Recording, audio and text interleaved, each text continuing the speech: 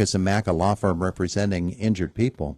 You get to this time of the year, things start to really pile up, and you've got all kinds of events that you want to fit in before the end of the year, before you even start to think about next year.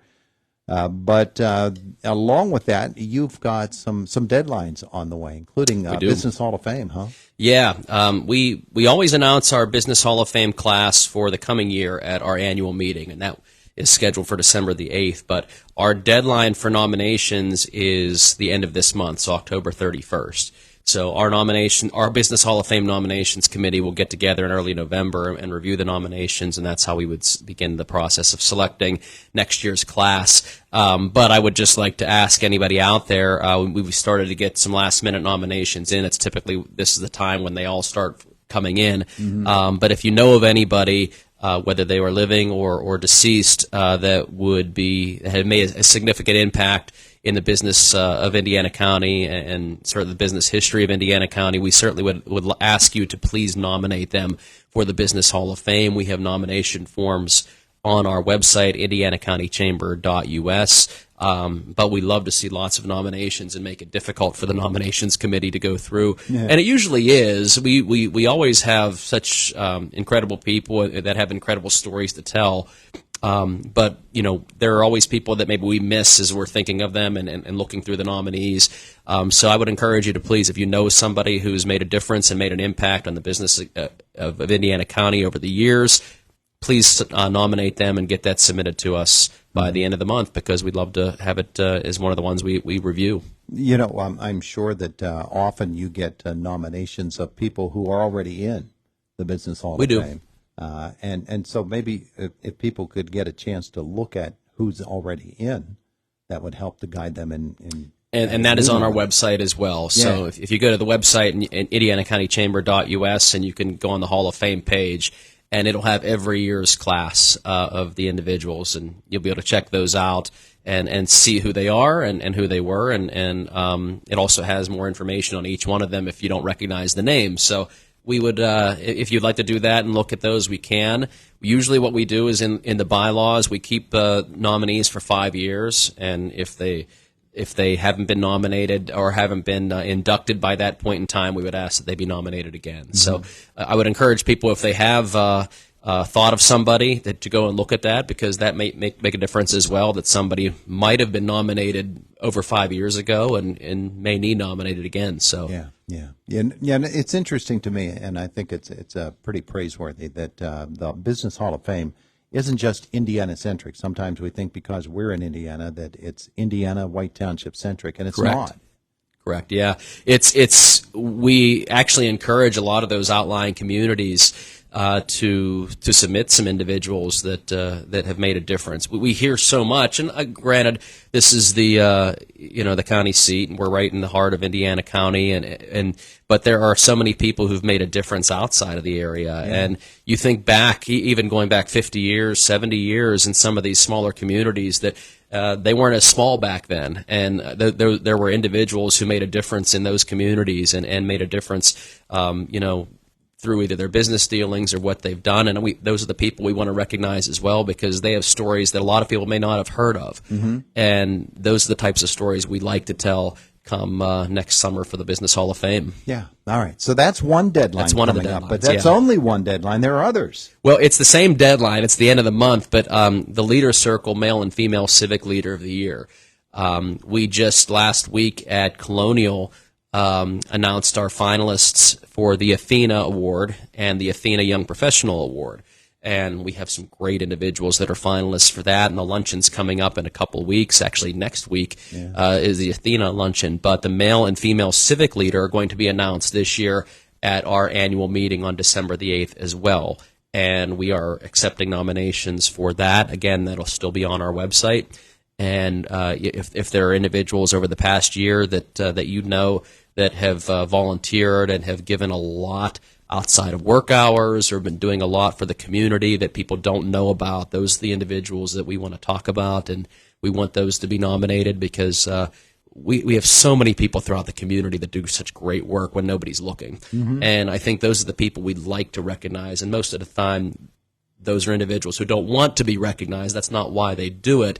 But we still want to, recognize those who are giving back to the community and doing so much for the area that they're not getting paid for. They're doing it out of the kindness of their heart and for the betterment of the community. So it's a great time to be able to highlight those individuals. And if you know of somebody, please submit them for a male or female Civic Leader of the Year. And deadline's October 31st. Ton of folks who qualify for that. My goodness gracious. All right. So Yes. those are a couple of big deadlines that are coming up. You as well are making your way to our area schools. Excellence in Education is thriving. Yes, I was just early this morning was in River Valley meeting with their teachers. So we are traveling around to meet with the students and also meeting with the teachers, and those are separate meetings. We're letting the students know about the program and why they need to make sure they put their best foot forward throughout this school year, the seniors especially. Also talking to them about Indiana County Ready, the soft skills program that we have and why that's important, and looking ahead, planning for the soft skills challenge that we did in downtown Indiana. So we're trying to set the stage for our seniors especially, but our juniors and seniors throughout all of our county schools. And then we're going back to meet with the teachers to make sure that they understand the criteria that we're looking for when they're nominating students. So hopefully, I still have to schedule with you, but hopefully we can come back here and bring some of those students on a monthly basis to You bet. to talk with you and share their stories, because I was really impressed last year with the group that we had, and that's why I told the teachers we're encouraging you to find those same types of students. We like those well-rounded students that aren't maybe not what you think they would be when you say excellence in education. But we had great meetings, and everybody seems excited about it this year, and we've helped to make the process a little easier and smoother, and we have some big ideas in mind for the event in May, so we're excited about this year. Yeah. The Excellence in Education program, the way that it took root, I think, and really was something that folks got excited about in its first year. So year number 2 is pretty exciting. Absolutely, and I have to give credit to CJ Spadafora and Colonial Motor Mart, Colonial Toyota. Obviously, without him, we couldn't put this on, giving away a new car to a teacher and a student. It's pretty exciting, and I think now when we go back and they all see that it actually did happen, we did give away cars to those people that last year, that it holds some teeth this year. It carries a little bit more weight, and they see that, and I think they get a little bit more excited about it. But Yeah. So that's a great program that CJ and the Chamber have put together. yes. Really good things. You have the annual meeting is coming up. We do, December the 8th at the Indiana Country Club, so it'll be at 3 o'clock again this year. It's nice this year. It's a Friday afternoon at 3 o'clock, so it's a great way to end the week. And I think that might make it a little. People have actually told us that they're looking forward to that this year, where it doesn't necessarily impact their work day, where they have to stop and then go back to work. They can end their day by coming to our annual meeting celebration, hear our guest speaker, learn a little bit about what's going on. They'll hear the Hall of Fame class, hear about the Leaders Circle, and we have a few other surprises as well. But we're planning a great event, and we would encourage people to get their tickets early for that if they can. We're just put out the save the date last week, and we'll have all the ticket information this week on the website, and invitations are set to go out probably by next week.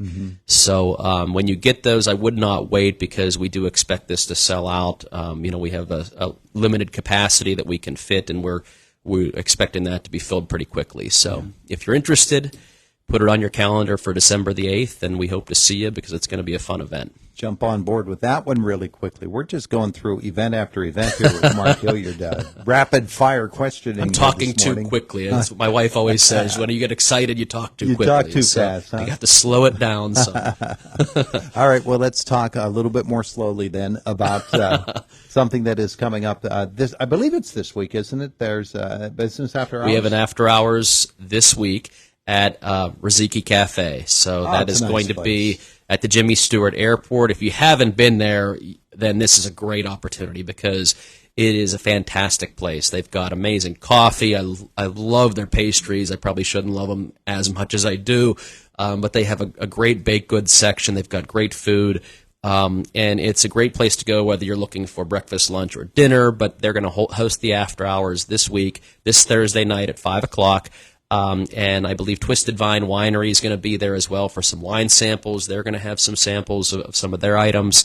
and it's just a great atmosphere over there at the airport. So if you haven't been there, or even if you have, that's going to be a fun event this Thursday at 5. So I would encourage you to RSVP, call our office, or get online, and you can RSVP for our after hours on Thursday. Yeah, when Karen started that, I don't know that she knew that it would take off the way that it has. It's always been busy. Every time I've gone over there, they've had such a good crowd, but they're never slow. It's such a great place where you get your coffee and you get your food very quickly, but it's very well done, and I love going there, and I'm looking forward to this Thursday. Excuse me. Great mission for them as well. And yes. Did you see that I threw in the takeoff thing, and you're at the airport? Did you catch that? That was pretty good. Yeah, it almost flew by me. Flew by you. We didn't plan this. This was not scripted here. Wow. It's almost like we used to work together. Almost. It's just like going back to a Friday night booth in Kenwood or someplace. It's pretty amazing stuff. All right, so we're talking with Chamber of Commerce President Mark Hilliard today, and the business developments are always things that take a while to put together. I know that there are some folks who are pretty excited about some things that will be happening soon in Indiana County, and we like to tease people. If you have any teasings to do right now, you can, but I know that the work is awful hard work to get people to consider coming here. Well, when I'm meeting with the students, one of the first thing I do is I do a Q&A with them, and I say, what would keep you in Indiana County? If we could bring anything to Indiana County, it doesn't have to be a business, what would it be to keep you here? It's a good question. Because I like to hear a younger perspective on it. What I would say may not be what they say, although, when they bring up a Buffalo Wild Wings, I'm like, yeah, sure, we're on the same page there, but I like to hear from the younger people what they would like to see. Mm-hmm. It's nice that some of them have brought up things that are already coming, or we hear some of these things in the works like Texas Roadhouse and Permane Brothers and Panera and Applebee's, and we hear about those restaurants, and we have a great Dunham Sports that I always encourage people, and I ask how many have been there yet. But we're working on other things too, and it's always interesting to hear their perspective on what they'd like, and not just the retail and the restaurants, but bigger picture too, and industries and things like AI and robotics. And so we're working on a lot of those things, and I think you're probably going to hear more about some of those that aren't necessarily always retail and restaurant coming up. But it's an exciting time, and it's going to be a busy time in the next couple of years. It really is. All right. He's Mark Hilliard, Chamber of Commerce. You heard all those deadlines. Let's get to work on them, boys. Leader Circle and Hall of Fame. Thanks, Mark. Thanks, Todd. It is the voice of Indiana County. It's WCCS 101.1 FM, AM 1160, and WCCSradio.com.